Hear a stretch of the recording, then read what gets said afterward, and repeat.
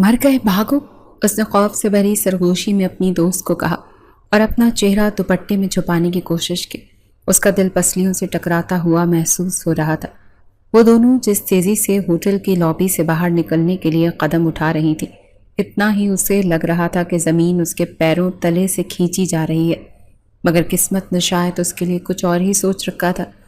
چند میزوں کے فاصلے پر شیشے کی دیوار کے پار وہ بیٹھا تھا، غازیان لاشاری، خاندان کا سب سے بڑا، سب سے زیادہ کھڑوس اور بااثر شخص۔ وہ اپنے 2 غیر ملکی کلائنٹس کے ساتھ گہری بزنس میٹنگ میں مصروف تھا۔ اس کے چہرے پر وہی مخصوص گمبھیر سنجیدگی طاری تھی جو خاندان کے ہر فرد کو خوفزدہ کرنے کے لیے کافی تھی۔ اس کی عقابی نگاہیں سامنے رکھی فائلوں پر جمی تھی، مگر ابیہا کو لگا جیسے وہ نگاہیں اس کے وجود کو چیرتی ہوئی محسوس ہو رہی ہیں۔ ابیہا جلدی کرو، اس کی دوست حریم نے اس کا بازو کھینچتے ہوئے کہا۔ وہ دونوں تقریباً بھاگتی ہوئی ہوٹل کے شیشے کے دروازے سے باہر نکلی اور پارکنگ کی طرف لپکی۔ ابیہا کے ہاتھ کانپ رہے تھے اور چابی گاڑی کے اگنیشن میں ڈالنا ایک مشکل ترین کام لگ رہا تھا۔ جیسے تیسے اس نے گاڑی سٹارٹ کرنے کی کوشش کی، مگر اس سے پہلے ہی وہ ایکسیلیٹر پر پاؤں رکھ دی۔ ڈرائیونگ سیٹ کا دروازہ ایک جھٹکے سے کھلا۔ باہر غازیان لاشاری کھڑا تھا اور اس کی آنکھوں میں غصے کی وہ لالی تھی جسے دیکھ کر ابیہا کی روح فنا ہو گئی تھی۔ غازیان بھائی، اس کے منہ سے ٹوٹے پھوٹے الفاظ نکلے۔ اس نے خوف سے دھوپ نگلنے کی کوشش کی، مگر حلق کانٹا بن چکا تھا۔ غازیان نے کچھ نہیں کہا، اس نے بس ابیہا کا بازو مضبوطی سے پکڑا اور اسے گاڑی سے باہر کھینچ لیا۔ حریم خوف سے اپنی سیٹ پر ہی جمی رہ گئی۔ غازیان اسے واپس اسی ہوٹل کے اندر گھسیٹتا ہوا لے جا رہا تھا۔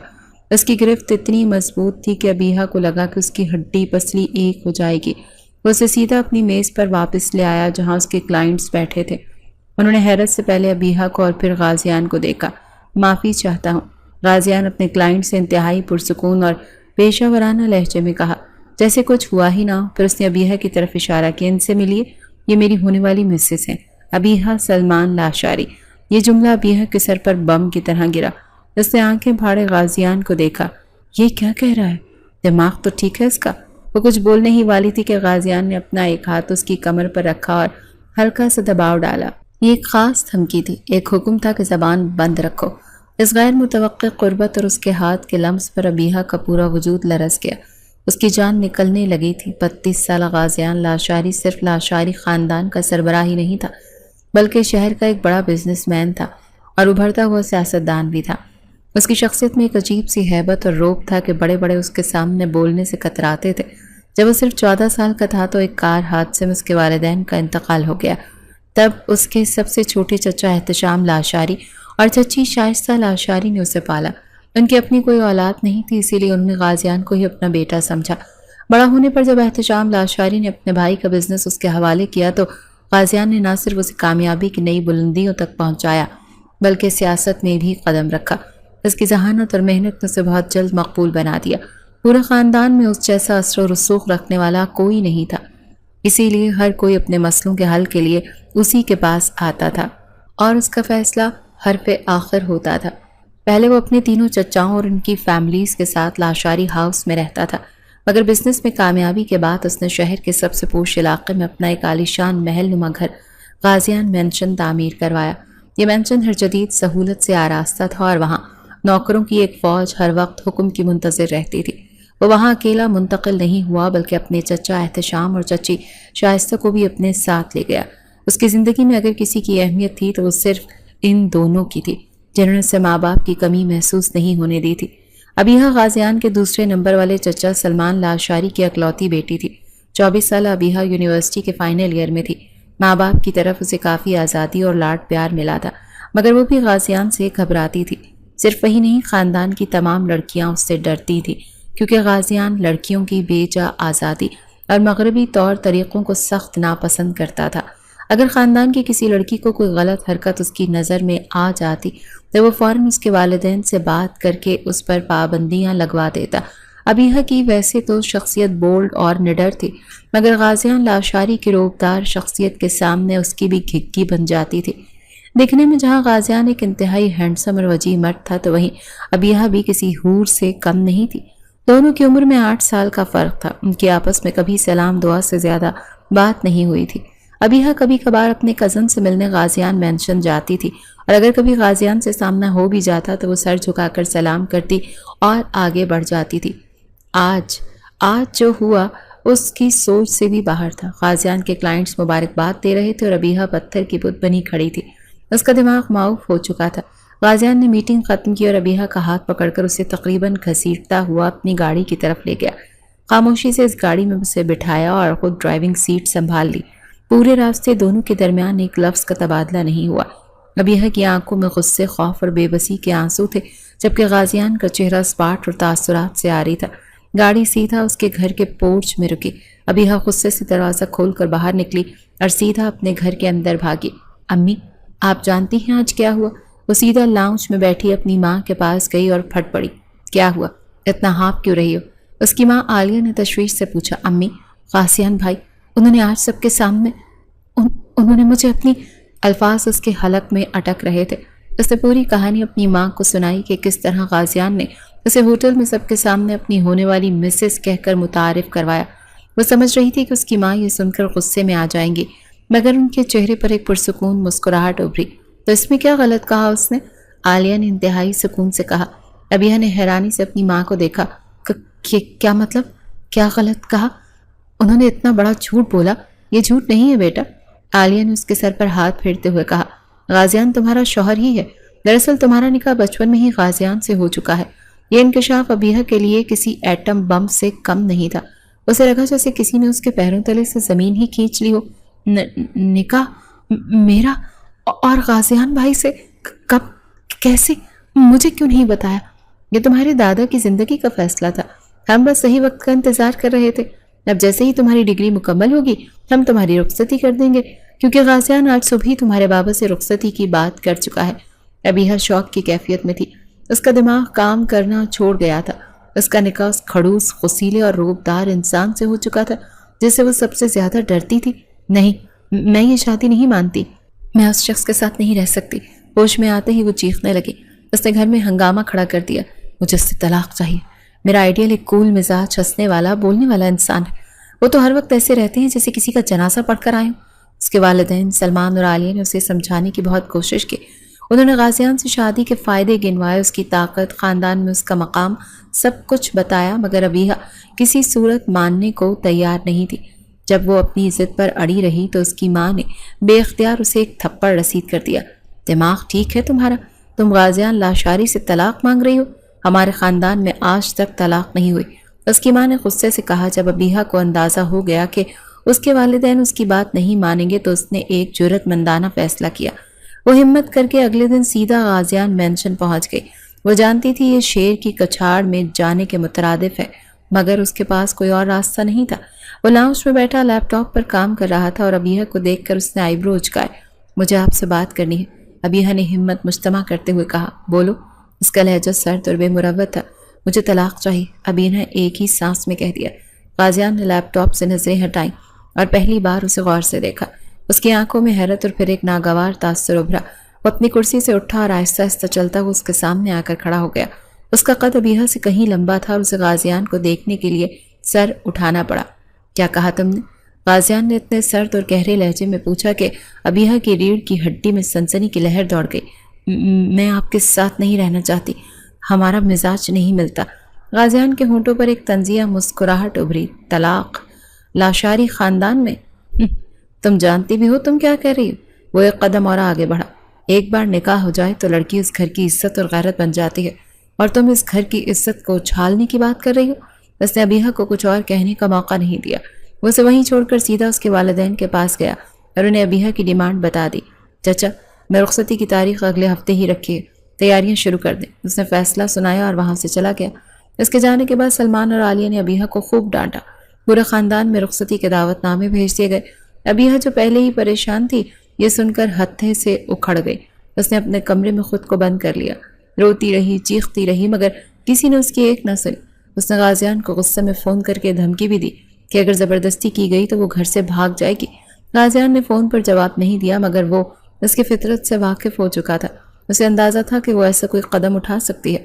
غازیان کے فیصلے کے بعد گھر میں شادی کی تیاریاں طوفانی رفتار سے شروع ہو گئی تھیں۔ ہر طرف ایک جشن کا سما تھا۔ رشتہ داروں کی آمد و رفت، قہقہے اور خوشگوار ہنگامہ، مگر ابیہ کے لیے اس کا کمرہ قید خانہ بن چکا تھا اور باہر کی ہر آواز اس کے دل پر ہتھوڑے کی طرح برستی تھی۔ اس کا فون لے لیا گیا تھا اور اس پر سخت پہرا بٹھا دیا گیا تھا تاکہ وہ کوئی اور غلط قدم نہ اٹھا سکے۔ اس کی ماں جو کل تک اس کی ہر ضد پوری کرتی تھی اب اس سے بات بھی نہیں کر رہی تھی۔ وہ مکمل طور پر تنہا اور بے بس ہو چکی تھی۔ دن گزرتے گئے اور مہندی کی رات آن پہنچی۔ پورے گھر کو پھولوں اور روشنیوں سے سجایا گیا تھا۔ ڈھولک کی تھاپ اور مہندی کے گیتوں کی گونج میں ابیہ کو زبردستی تیار کر کے لاؤنج میں بٹھا دیا گیا۔ اس نے پیلے رنگ کا خوبصورت لباس پہنا مگر اس کا چہرہ کسی بھی رنگ سے عاری تھا۔ وہ ایک زندہ لاش کی طرح بیٹھی تھی اور رشتہ دار اس کے ہاتھوں پر مہندی لگاتے ہوئے اسے چھیڑ رہے تھے۔ اس کا دل چاہا کہ وہ چیخ چیخ کر سب کو بتائے کہ یہ شادی نہیں، ایک سزا ہے، مگر اس کی آواز حلق میں ہی دم توڑ گئی۔ رات گہری ہوتی جا رہی تھی اور فنکشن اپنے عروج پر تھا۔ سب ناچنے گانے میں مصروف تھے۔ ابیہ نے محسوس کیا کہ یہ موقع ہے۔ اس نے اپنی ماں سے طبیعت خرابی کا بہانہ کیا اور اپنے کمرے میں چلی گئی۔ اس کا دماغ تیزی سے کام کر رہا تھا۔ اس نے کچھ دن پہلے ہی دیکھ لیا تھا کہ اس کے کمرے کی کھڑکی باغیچے کی طرف کھلتی ہے، جہاں سے پچھلی دیوار پھلانگنا زیادہ مشکل نہیں تھا۔ اس کا دل خوف سے دھڑک رہا تھا مگر آزادی کی خواہش اس خوف پر حاوی تھی۔ اس نے اپنے چند ضروری کپڑے اور کچھ نقد رقم ایک چھوٹے سے بیگ میں ڈالے، بھاری جوڑا اتار کر سادہ کپڑے پہنے اور دوپٹے سے اپنا سر اچھی طرح سے ڈھانپ لیا۔ اس نے آخری بار اپنے کمرے کو دیکھا جہاں اس نے اپنی زندگی کے 24 سال گزارے تھے۔ آنکھوں میں آنسو آ گئے مگر اس نے انہیں بے دردی سے پونچھ ڈالا۔ وہ دبے پاؤں کھڑکی سے باہر نکلی۔ باغیچے میں اندھیرا تھا اور موسیقی کے شور میں اس کے قدموں کی آہٹ کسی کو سنائی نہیں دے رہی تھی۔ وہ دیوار کے قریب پہنچی ہی تھی کہ اچانک اندھیرے سے ایک سایہ نمودار ہوا۔ اس سے پہلے کہ ابیہ چیختی، اس سائے نے اس کا منہ اپنے مضبوط ہاتھوں سے بند کر دیا۔ وہ غازیان لاشاری تھا۔ اس کی آنکھوں میں ایسا قہر اور غضب تھا کہ ابیہ کو لگا کہ وہ اسے وہیں پر زندہ گاڑ دے گا۔ غازیان نے اس کا بیگ چھین کر اس کی طرف پھینکا اور اس کا بازو لوہے کی گرفت میں جکڑا گیا۔ تو یہ ہے لاشاری خاندان کی عزت، رات کے اندھیرے میں چوروں کی طرح بھاگتے ہوئے۔ اس کی آواز سرگوشی سے بھی زیادہ خوفناک تھی۔ اس میں غصے کی وہ شدت تھی جو لاوے کی طرح پھٹنے کو تیار تھی۔ ابیہ نے خود کو چھڑانے کی کوشش کی مگر بے سود۔ غازیان اسے خاموشی سے کھینچتا ہوا گھر کے پچھلے دروازے سے اندر لے آیا۔ کسی کو کانوں کان خبر نہ ہوئی کہ باہر کیا قیامت برپا ہو چکی ہے۔ اس نے ابیہ کو اس کے کمرے میں لا کر ایک جھٹکے سے فرش پر پھینکا۔ آج کے بعد تم اس کمرے سے باہر قدم نہیں رکھو گی جب تک میں خود تمہیں یہاں سے نکال کر اپنے گھر نہ لے جاؤں۔ اس نے دروازے سے باہر نکلتے ہوئے سرد لہجے میں کہا اور باہر سے دروازہ لاک کر دیا۔ ابیہ فرش پر پڑی پھوٹ پھوٹ کر رو پڑی۔ اس کی آزادی کی آخری امید بھی دم توڑ گئی تھی۔ اب وہ غازیان لاشاری کی قیدی تھی اور اس کی سزا کا آغاز ہو چکا تھا۔ رخصتی کا دن کسی بھاری اور اداس صبح کے طرح طلوع ہوا۔ ابیہ کو دلہن کے سرخ لباس میں ملبوس کیا گیا تھا۔ یہ لباس جو کسی بھی لڑکی کا خواب ہوتا ہے، اسے اپنا کفن محسوس ہو رہا تھا۔ اس کے ہاتھ پاؤں ٹھنڈے پڑ رہے تھے اور دل لرز رہا تھا۔ نظریں جھکائے وہ غازیان لاشاری کے ہمراہ اس کے محل جیسے گھر غازیان مینشن میں داخل ہوئی۔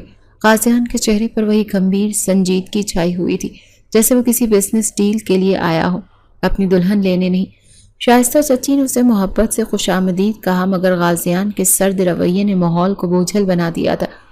رسم و رواج کے بعد جب اسے غازیان کے عالی شان بیڈ روم میں لے جایا گیا تو وہ سخت نروس اور خوفزدہ تھی۔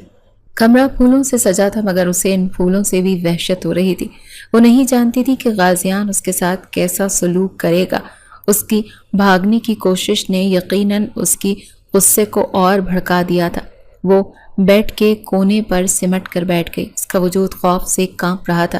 کچھ دیر بعد کمرے کا دروازہ کھلا اور غازیان اندر داخل ہوا۔ اس کے قدموں کی چاپ پر ابیہ کا دل اچھل کر حلق میں آ گیا۔ اس نے ہمت کر کے نظر اٹھا کر انہیں دیکھا۔ غازیان چلتا ہوا اس کی طرف کچھ فاصلے پر آ کر رک گیا۔ کمرے میں ایک ناقابل برداشت خاموشی چھا گئی۔ ابیہ کو لگا جیسے وقت تھم گیا ہے۔ پھر غازیان کے سرد اور بے رحم آواز نے اس خاموشی کو توڑا۔ اس کمرے میں اس طرح دلہن کے روپ میں تمہیں دیکھنا کبھی میری سب سے بڑی خواہش تھی۔ اس نے ایک لمحے کا توقف کیا اور اس کا اگلا جملہ ابیہ کے دل میں خنجر کی طرح پیوست ہو گیا، مگر اب یہ صرف ایک مجبوری ہے۔ ابیہ نے ایک آنسوؤں سے بھیگی پلکیں اٹھا کر اسے دیکھا۔ غازیان کی آنکھوں میں کوئی تاثر نہیں تھا، وہ بالکل خالی تھی۔ تمہیں اپنے دل میں خاص جگہ دی ہوئی تھی، وہ کہتا چلا گیا، مگر تم نے اپنی گری ہوئی حرکت سے وہ تمام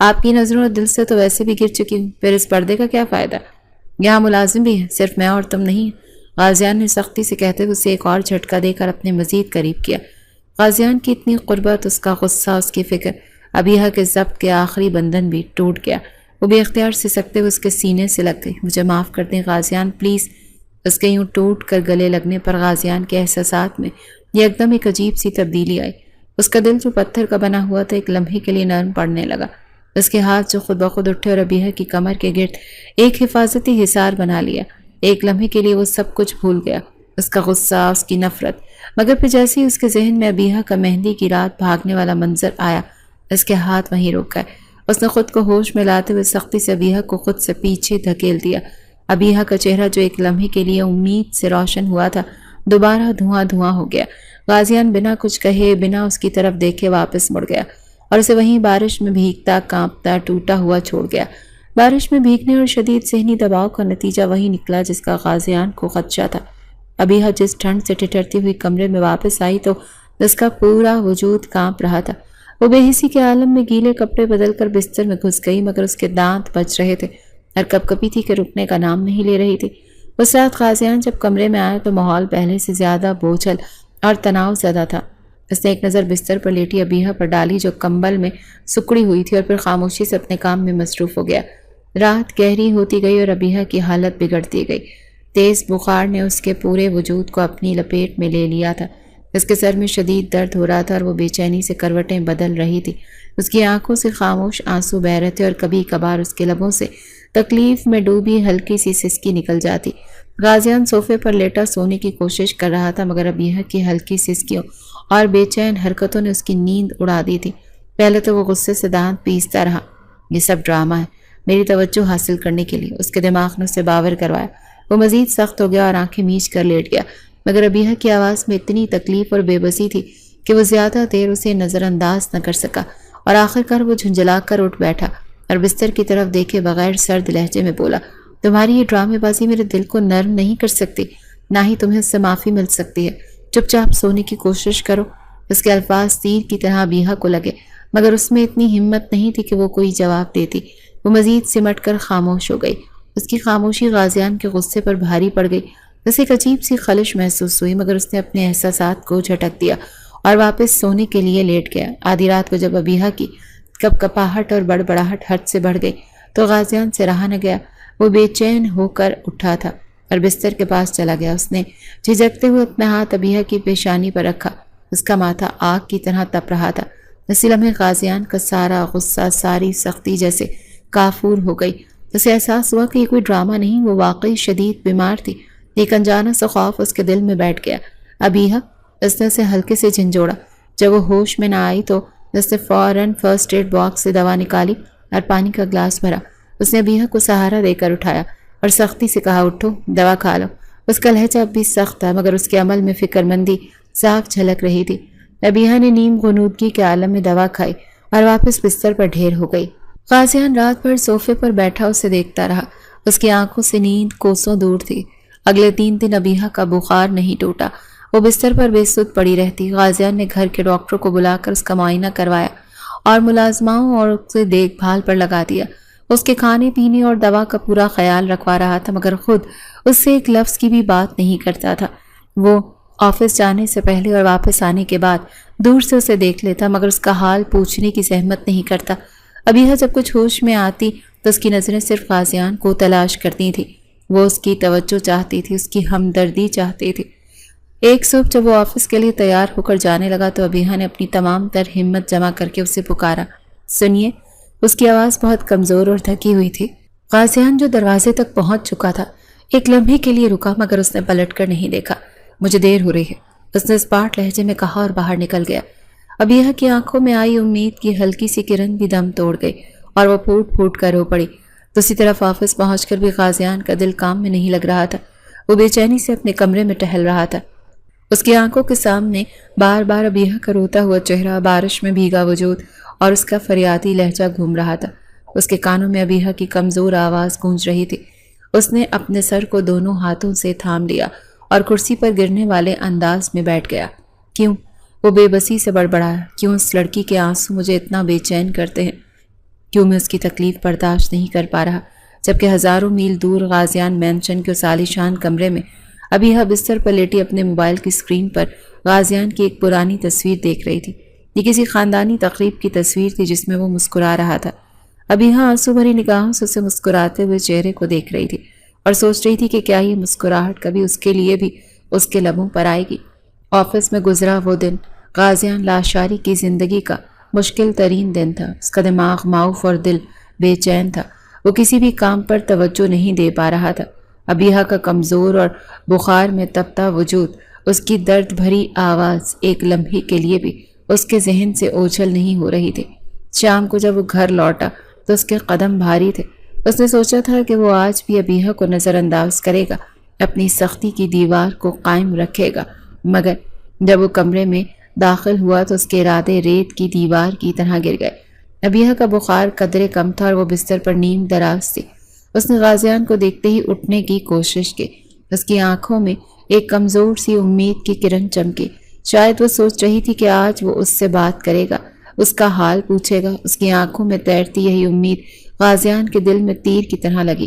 اسے پہلی بار شدت سے احساس ہوا کہ اس کی سزا ابیحہ کے لیے کتنی اذیتناک بن چکی تھی۔ اسے یہ بھی احساس ہوا کہ اس لڑکی کی قربت میں رہ کر اسے روز اپنی آنکھوں کے سامنے تکلیف میں دیکھ کر وہ خود بھی ایک عذاب سے گزر رہا تھا۔ اسے معاف نہیں کر پا رہا تھا، مگر اس کی تکلیف دیکھنا بھی اس کے بس میں نہیں تھا۔ اسی لمحے اس نے ایک فیصلہ کیا، ایک ایسا فیصلہ جو اسے خود اپنے دل پر پتھر رکھ کر کرنا پڑا۔ جب تک میں اسے پوری طرح معاف کرنے کے لیے تیار نہیں ہو جاتا، مجھے اسے اپنی نظروں سے دور کر دینا چاہیے۔ اس کے ذہن نے فیصلہ سنایا، یہی ہم دونوں کے لیے بہتر ہوگا۔ وہ آگے بڑھا اور ابیحہ کے بیڈ سے کچھ فاصلے پر کھڑا ہو گیا۔ اس کا لہجہ غصے سے پاک تھا، مگر اس میں ایسی سرد مہری اور لا تعلقی تھی کہ ابیحہ کا دل کانپ گیا۔ تیار ہو جاؤ، اس نے بغیر کسی تمہید کے کہا۔ میں تمہیں تمہارے والدین کے گھر چھوڑنے جا رہا ہوں۔ یہ جملہ ابیحہ پر بجلی بن کر گرا۔ اسے لگا کہ جیسے کسی نے اسے اونچائی سے گہری کھائی میں دھکیل دیا ہو۔ وہ جو یہ امید لگائے بیٹھی تھی کہ اس کی بیماری غازیان کے دل کو نرم کر دے گی، اس کے بجائے وہ اسے خود سے دور بھیج رہا تھا، اسے اپنی زندگی سے نکال رہا تھا۔ کیوں؟ اس کے منہ سے صرف لفظ نکلا، اس کی آواز آنسوؤں میں بھیگ چکی تھی۔ کیا میرا یہاں رہنا آپ کے لیے ناقابل برداشت ہو گیا ہے؟ یہ بحث کا وقت نہیں ابیحہ، غازیان نے اس کی آنکھوں میں دیکھنے سے گریز کرتے ہوئے کہا۔ میں جو کہہ دیا بس وہی کہہ دیا، تمہارے لیے بھی یہی بہتر ہے۔ کچھ دن ماحول کی تبدیلی ہو جائے۔ آپ مجھے سزا دے رہے ہیں نا؟ وہ رو پڑی۔ مجھے اپنے گھر سے اپنی زندگی سے نکال کر میں نے جو فیصلہ کر لیا ہے وہ نہیں بدلے گا، غازیان نے سختی سے کہا اور کمرے سے باہر نکل گیا تاکہ اس کے آنسو اسے کمزور نہ کر دیں۔ 1 گھنٹے بعد وہ ابیحہ کو لے کر اس کے والدین کے گھر کے سامنے موجود تھا۔ راستے بھر گاڑی میں موت جیسی خاموشی چھائی رہی۔ ابیحہ کھڑکی سے باہر دیکھتی، چپ چاپ آنسو بہاتی رہی اور غازیان مضبوطی سے اسٹیئرنگ وہیل پکڑے اپنے جذبات سے لڑتا رہا۔ جب اس کے والدین سلمان اور عالیہ نے ابیحہ کو اس طرح اچانک غازیان کے ساتھ دیکھا تو وہ پریشان ہو گئے۔ سب خیریت ہے بیٹا؟ سلمان نے پوچھا۔ جی چچا، ویسے اس کی طبیعت کچھ ٹھیک نہیں، میں نے سوچا کچھ دن یہاں رہے گی تو ماحول کی تبدیلی سے کچھ بہتری محسوس کرے گی۔ غازیان نے انتہائی رسمی اور مختصر جواب دیا۔ وہ ابیحہ کو اندر چھوڑ کر ایک لمحہ بھی نہیں رکا، اسے پلٹ کر ایک بار بھی اس لڑکی کی طرف نہیں دیکھا جو دروازے میں کھڑی اسے ٹوٹے دل اور بھیگی آنکھوں سے جاتا دیکھ رہی تھی۔ جیسے اس کی گاڑی نظروں سے اوچل ہوئی، ابیحہ وہیں دہلیز پر بیٹھ کر پھوٹ پھوٹ کر رو پڑی۔ اسے آج واقعی محسوس ہوا تھا کہ غازیان لاشاری نے اسے اپنے دل کے ساتھ ساتھ اپنی دنیا سے بھی نکال دیا ہے۔ 1 مہینہ گزر گیا۔ یہ 1 مہینہ دونوں کے لیے ایک صدی کی طرح بھاری تھا۔ ابھی اپنے والدین کے گھر پر تھی۔ جسمانی طور پر وہ بخار سے صحت یاب ہو چکی تھی، مگر ذہنی اور جذباتی طور پر وہ مکمل طور پر بکھر چکی تھی۔ اس نے خود کو اپنے کمرے تک محدود کر لیا تھا۔ وہ کسی سے زیادہ بات نہیں کرتی تھی، بس ہر وقت خاموش اور اداس رہتی۔ اس کا وزن کم ہو گیا تھا اور اس کی آنکھوں کے گرد ہلکے پڑ گئے تھے۔ اس کے والدین اس کی حالت پر کڑتے رہتے، مگر وہ اس سے بھی اپنے دل کی بات نہیں کہہ پاتی۔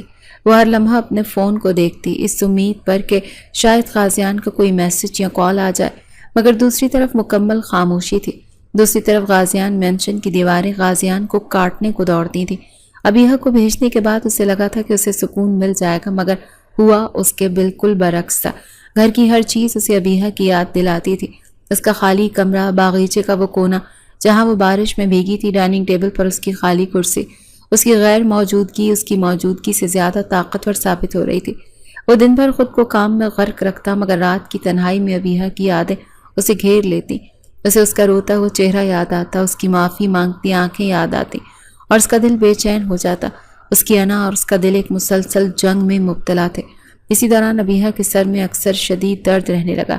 پہلے تو سب نے اسے کمزور اور ذہنی دباؤ کا نتیجہ سمجھا مگر جب درد کی شدت بڑھنے لگی اور اسے چکر آنے لگے تو اس کی ماں عالیہ اسے شہر کے سب سے بڑے نیورولوجسٹ کے پاس لے گئی۔ ڈاکٹر نے کچھ ٹیسٹ اور MRI تجویز کی۔ رپورٹس آنے تک کا وقت ان پر قیامت بن کر گزرا۔ جس دن رپورٹ لینے جانا تھا ابیحہ کا دل ایک انجانے خوف سے بیٹھا جا رہا تھا۔ ڈاکٹر نے جب انہیں اپنے آفس میں بلایا تو اس کے چہرے پر سنجیدگی تھی۔ دیکھیے مجھے افسوس ہے کہ مجھے یہ کہنا پڑ رہا ہے، ڈاکٹر نے رپورٹس کو دیکھتے ہوئے کہا۔ ابیحہ کے دماغ میں ایک رسولی ہے جسے ہم برین ٹیومر کہتے ہیں۔ یہ الفاظ سن کر عالیہ کے پیروں تلے سے زمین نکل گئی، ان کے ہاتھ سے پرس گر گیا اور وہ سکتے کے عالم میں ڈاکٹر کو دیکھنے لگی۔ ابیحہ کو لگا جیسے اس کے کانوں میں سائیں سائیں ہونے لگی ہے اور کمرے کی ہر چیز گھوم رہی ہے۔ Brain tumour? اسے یہ کیسے ہو سکتا ہے؟ اس کی پہلی سوچ موت نہیں تھی بلکہ غازیان تھا۔ کیا میں اس سے ملے بغیر، اس سے اپنی محبت کا اظہار کیے بغیر مر جاؤں گی؟ گھر آ کر جب سلمان کو یہ خبر ملی تو وہ بھی ٹوٹ گئے۔ وہ اپنی اکلوتی بیٹی کو اس حال میں نہیں دیکھ سکتے تھے۔ گھر میں ایک کوہرام مچ گیا۔ عالیہ کا رو رو کر برا حال تھا۔ ابیحہ پتھرائی ہوئی آنکھوں سے سب کچھ دیکھ رہی تھی۔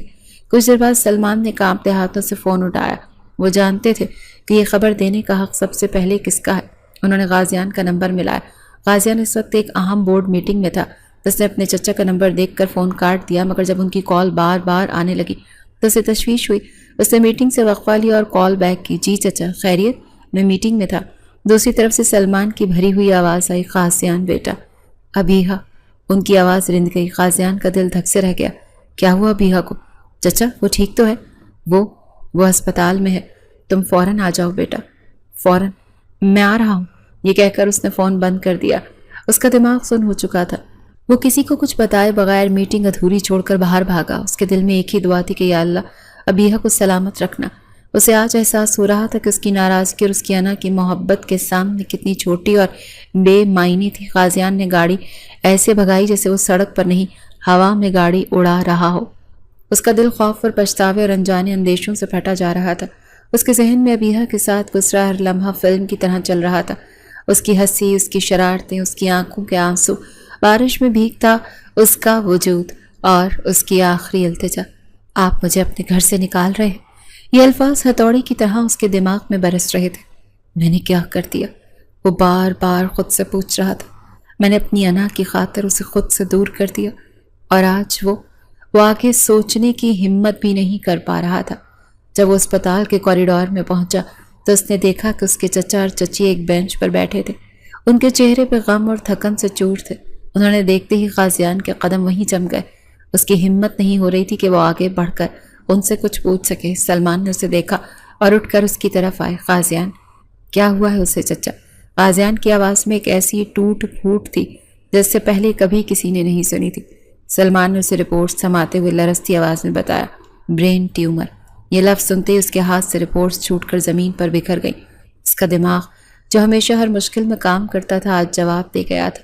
وہ دیوار کا سہارا لے کر وہیں بیٹھ گیا۔ اس کی آنکھوں کے سامنے اندھیرا چھا گیا۔ وہ غازیان لاشاری جو کبھی کسی کے سامنے نہیں جھکا تھا آج اپنی قسمت کے سامنے بے بس اور ہارا ہوا محسوس کر رہا تھا۔ وہ کس کمرے میں ہے؟ کچھ دیر بعد اس نے خود کو سنبھالتے ہوئے پوچھا۔ جب وہ ابیحہ کے کمرے کی طرف پہنچا تو ایک لمحے کے لیے اس کے قدم رک گئے۔ وہ اندر جانے سے ڈر رہا تھا، اس کا سامنا کیسے کرے گا، مگر پھر اس نے ہمت کی اور دروازہ کھول کر اندر داخل ہوا۔ ابیحہ بستر پر لیٹی چھت کو گھور رہی تھی۔ وہ اتنی کمزور اور زرد لگ رہی تھی کہ غازیان کا دل کٹ کر رہ گیا۔ اس کے بازو میں ڈرپ لگی ہوئی تھی۔ آہٹ پر ابیحہ نے گردن موڑی اور سامنے کھڑے غازیان کو دیکھا۔ ایک لمحے کے لیے اسے یقین نہیں آیا کہ وہ واقعی وہاں ہے۔ اس کی آنکھوں میں آنسوں کو ایک سمندر امڈ آیا۔ غازیان بھاری قدموں سے چلتا ہوا اس کے بستر کے پاس آیا اور اس کے قریب بیٹھ گیا۔ اس نے کانپتے ہوئے ہاتھ سے ابیحہ کا ہاتھ تھاما۔ اس کا ہاتھ برف کی طرح ٹھنڈا تھا۔ ابیحہ؟ اس کے منہ سے صرف اس کا نام نکلا۔ اس کی آواز جذبات کی شدت سے بھرا گئی۔ آپ آ گئے؟ ابیحہ نے روتے ہوئے کہا۔ غازیان مزید کچھ نہ کہہ سکا، بس اس کا ہاتھ تھامے اس کے آنسوؤں کو دیکھتا رہا۔ اس کی اپنی آنکھیں بھی بھیگ چکی تھی۔ اس نے جھک کر ابیہا کے ماتھے پر بوسہ دیا۔ مجھے معاف کر دو ابیہا، مجھے معاف کر دو، وہ ایک ٹوٹے ہوئے شخص کی طرح بولا۔ ابیہا نے اس کے ہاتھ پر اپنی گرفت مضبوط کی اور پھوٹ پھوٹ کر رو پڑی۔ اس کے گلے لگ گئی۔ مجھے بچا لیں غازیان، میں مرنا نہیں چاہتی، میں آپ کے ساتھ جینا چاہتی ہوں۔ یہ الفاظ غازیان کے دل کو چیر گئے۔ اس کی ساری انا، سارا غصہ آنسوؤں میں بہہ گیا۔ اس نے ابیہا کو اپنی باہوں میں بھر لیا۔ میں تمہیں کچھ نہیں ہونے دوں گا ابیہا، اس نے اس کے بالوں میں منہ چھپائے ہوئے کہا۔ کچھ بھی نہیں، ہم اس سے مل کر لڑیں گے، میں ہوں نا تمہارے ساتھ۔ وہ دونوں ایک دوسرے کے گلے لگ کر روتے رہے۔ آج ان کے درمیان کوئی دیوار نہیں تھی، کوئی انا نہیں تھی، صرف خوف تھا، پچھتاوا تھا اور بے پناہ محبت تھی۔ غازیان نے اسی وقت فیصلہ کر لیا، وہ ابیہا کو دنیا کے بہترین ڈاکٹرز کے پاس لے جائے گا۔ وہ اپنی پوری طاقت، اپنا پورا پیسہ لگا دے گا، مگر اسے موت کے منہ سے واپس چھین لائے گا۔ غازیان لاشاری جب کچھ کرنے کا فیصلہ کر لیتا تھا تو پھر دنیا کی کوئی طاقت اسے روک نہیں سکتی تھی۔ اس نے 24 گھنٹے کے اندر اندر امریکہ کے سب سے بہترین نیورولوجسٹ سرجن سے رابطہ کیا اور تمام رپورٹس بھیجی اور اپوائنٹمنٹ لے لی۔ اگلے ہی دن وہ ابیہا کو ایک خصوصی طور پر تیار کردہ ایئر ایمبولینس کے ذریعے امریکہ لے جا رہا تھا۔ اس سفر میں وہ ایک لمحے کے لیے بھی اس سے الگ نہیں ہوا۔ ابیہا کمزور تھی مگر ہوش میں تھی۔ اس نے غازیان کے چہرے پر ایسی تشویش اور خوف دیکھا جو اس نے پہلے کبھی نہیں دیکھا تھا۔ آپ ڈر رہے ہیں؟ ابیہا نے دھیرے سے اس کا ہاتھ دباتے ہوئے پوچھا۔ غازیان نے ایک گہری سانس لی اور اس کی آنکھوں میں دیکھتے ہوئے اعتراف کیا۔ ڈر رہا ہوں ابیہا، میں خوف سے مر رہا ہوں۔ میں نے اپنی زندگی میں بڑے بڑے نقصانات برداشت کیے ہیں، بڑے سودے ہاتھ سے جاتے دیکھے ہیں، مگر مجھے کبھی ایسا خوف محسوس نہیں ہوا جیسا آج ہو رہا ہے۔ آج مجھے لگ رہا ہے کہ اگر میں نے تمہیں کھو دیا تو میں اپنی پوری زندگی، اپنی روح کھو دوں گا۔ اس کی آواز میں ایک ایسی ٹوٹ پھوٹ تھی جس نے ابیہا کا دل پگھلا دیا تھا۔ میری انا، میرا غصہ، اس نے مجھے اندھا کر دیا تھا۔ وہ کہتا چلا گیا، میں نے تمہیں تکلیف دی، تمہیں خود سے دور کر دیا اور اس کی قیمت ہم دونوں ادا کر رہے ہیں۔ اگر تمہیں کچھ ہو گیا تو میں خود کو کبھی معاف نہیں کر پاؤں گا۔ ابیہا نے اپنی تمام تر کمزوری کے باوجود اس کے ہاتھ پر بوسہ دیا۔ ماضی کو بھول جا، اب آپ میرے ساتھ ہیں، مجھے یقین ہے کچھ برا نہیں ہوگا۔ اس کے الفاظ نے غازیان کو ایک نئی ہمت دی۔ امریکہ پہنچ کر اسے فوری طور پر اسپتال میں داخل کر دیا گیا۔ ڈاکٹرز نے مزید کچھ ٹیسٹ کیے اور جلد از جلد آپریشن کا فیصلہ کیا۔ آپریشن والے دن ابیہا بہت خوفزدہ تھی، مگر غازیان کا مسکراتا چہرہ اسے ہمت دے رہا تھا۔ جب نرسیں اسے اسٹریچر پر آپریشن تھیٹر کی طرف لے جانے لگیں تو غازیان اس کے ساتھ چلتا رہا۔ کیا اگر میں دوبارہ نہ اٹھ سکی تو؟ ابیہا نے لرزتی آواز میں پوچھا۔ غازیان جھکا اور اس کی پیشانی پر اپنے لب رکھ دیے۔ یہ ممکن ہی نہیں ہے ابیہا، اس نے پرعزم لہجے میں سرگوشی کی۔ میں نے ابھی تمہیں واپس پایا ہے، میں تمہیں اتنی آسانی سے کہیں نہیں جانے دوں گا۔ تم میرے لیے لڑو گی، ہمارے مستقبل کے لیے لڑو گی۔ میں یہیں اسی دروازے کے باہر تمہارا انتظار کروں گا۔ جب تم آنکھیں کھولو گی تو مجھے اپنے پاس پاؤ گی، یہ میرا تم سے وعدہ ہے۔ اس کے بعد کے 6 گھنٹے غازیان نے اپنی زندگی کے سب سے مشکل ترین لمحات گزارے۔ وہ آپریشن تھیٹر کے باہر بے چینی سے ٹہلتا رہا۔ اس کا دل ہر لمحہ دعا کر رہا تھا۔ اس کی زندگی، اس کی خوشیاں، سب کچھ اس بند دروازے کے پیچھے داؤ پر لگی ہوئی تھی۔ اس کے چچا احتشام بھی اس کے پاس پہنچ چکے تھے اور اسے حوصلہ دے رہے تھے۔ آخرکار دروازہ کھلا اور سرجن باہر آئے۔ غازیان بھاگ کر ان کے پاس گیا۔ آپریشن کامیاب رہا، ڈاکٹر نے مسکراتے ہوئے کہا۔ ہم نے ٹیومر مکمل طور پر نکال دیا ہے، وہ اب خطرے سے باہر ہے۔ یہ سنتے ہی غازیان کو لگا جیسے اسے پوری دنیا کی دولت مل گئی ہو۔ وہ وہیں گھٹنوں کے بل زمین پر بیٹھ گیا اور اس کی آنکھوں سے تشکر کے آنسو بہنے لگے۔ اس نے سجدے میں سر رکھ دیا اور اپنے رب کا شکر ادا کیا جس نے اس کی زندگی، اس کی محبت سے واپس لوٹا دی۔ جب ابیہا کو ہوش آیا اور اس کی آنکھیں کھولیں تو جیسے کہ غازیان نے وعدہ کیا تھا، اس نے اسے اپنے پاس ہی پایا۔ اس کے بیڈ کے پاس کرسی پر بیٹھا، اس کا ہاتھ اپنے ہاتھوں میں تھامے اس کی دیکھ بھال کر رہا تھا۔ چند دنوں بعد جب ابیہا کی حالت قدرے بہتر ہوئی تو غازیان اس کے لیے سوپ کا پیالہ لے کر آیا۔ ابیہا اتنی کمزور تھی کہ اس کے ہاتھوں میں چمچ پکڑنے کی بھی سکت نہیں تھی۔ غازیان نے بغیر کچھ کہے چمچ خود اٹھایا اور بچوں کی طرح پھونک کر سوپ کا نوالا اس کے منہ میں ڈالا۔ ابیہا کی آنکھیں حیرت اور محبت سے نم ہو گئی۔ میں نے کبھی سوچا بھی نہیں تھا کہ غازیان لاشاری کا یہ روپ بھی دیکھنے کو ملے گا، اس نے مسکرانے کی کوشش کرتے ہوئے کہا۔ غازیان نے نرمی سے جواب دیا، یہ روپ ہمیشہ سے یہی تھا ابیہا، بس اسے باہر لانے کے لیے تمہیں اسے فکر سے مارنا پڑا۔ اس کے لہجے میں شرارت اور گہری محبت تھی۔ جب وہ مکمل طور پر صحتیاب ہو کر واپس پاکستان لوٹے تو غازیان مینشن کی فضا ہی بدلی ہوئی تھی۔ شائستہ اور احتشام لاشاری نے ان کا استقبال آنسوؤں اور دعاؤں سے کیا۔ اس بار جب ابیحا نے گھر کی دہلیز پر قدم رکھا تو وہ ایک قیدی کی طرح نہیں بلکہ ایک فاتح کی طرح تھی۔ غازیان اسے سہارا دیے ہوئے تھا اور اس کی آنکھوں میں اس کے لیے بے پناہ محبت اور عزت تھی۔ اسے سیدھا ان کے کمرے میں لے گیا۔ کمرے سے وہ صوفہ غائب تھا جہاں غازیان مہینوں سے سوتا رہا۔ اب وہاں ایک چھوٹی سی خوبصورت سیٹنگ ایریا بنایا ہوا تھا۔ اس کے گھر میں اب ہمارے درمیان کوئی فاصلہ نہیں رہے گا ابیحا، غازیان نے اس کا ہاتھ تھامتے ہوئے کہا۔ نہ دلوں میں نہ کمروں میں ان کی محبت کی کہانی جو غلط فہمی، انا اور نفرت سے شروع ہوئی تھی، ایک مشکل آزمائش سے گزر کر اب اپنے خوبصورت انجام کو پہنچی۔ انہوں نے سیکھ لیا کہ زندگی بہت مختصر ہے اور اسے انا اور ناراضگی میں ضائع نہیں کرنا چاہیے۔ اب ان کی زندگی میں صرف محبت، اعتماد اور ایک دوسرے کا ساتھ تھا، اور ان کا گھر اب صرف ایک مینشن نہیں بلکہ خوشیوں اور محبت سے بھرا ایک آشیانہ تھا، ہمیشہ ہمیشہ کے لیے۔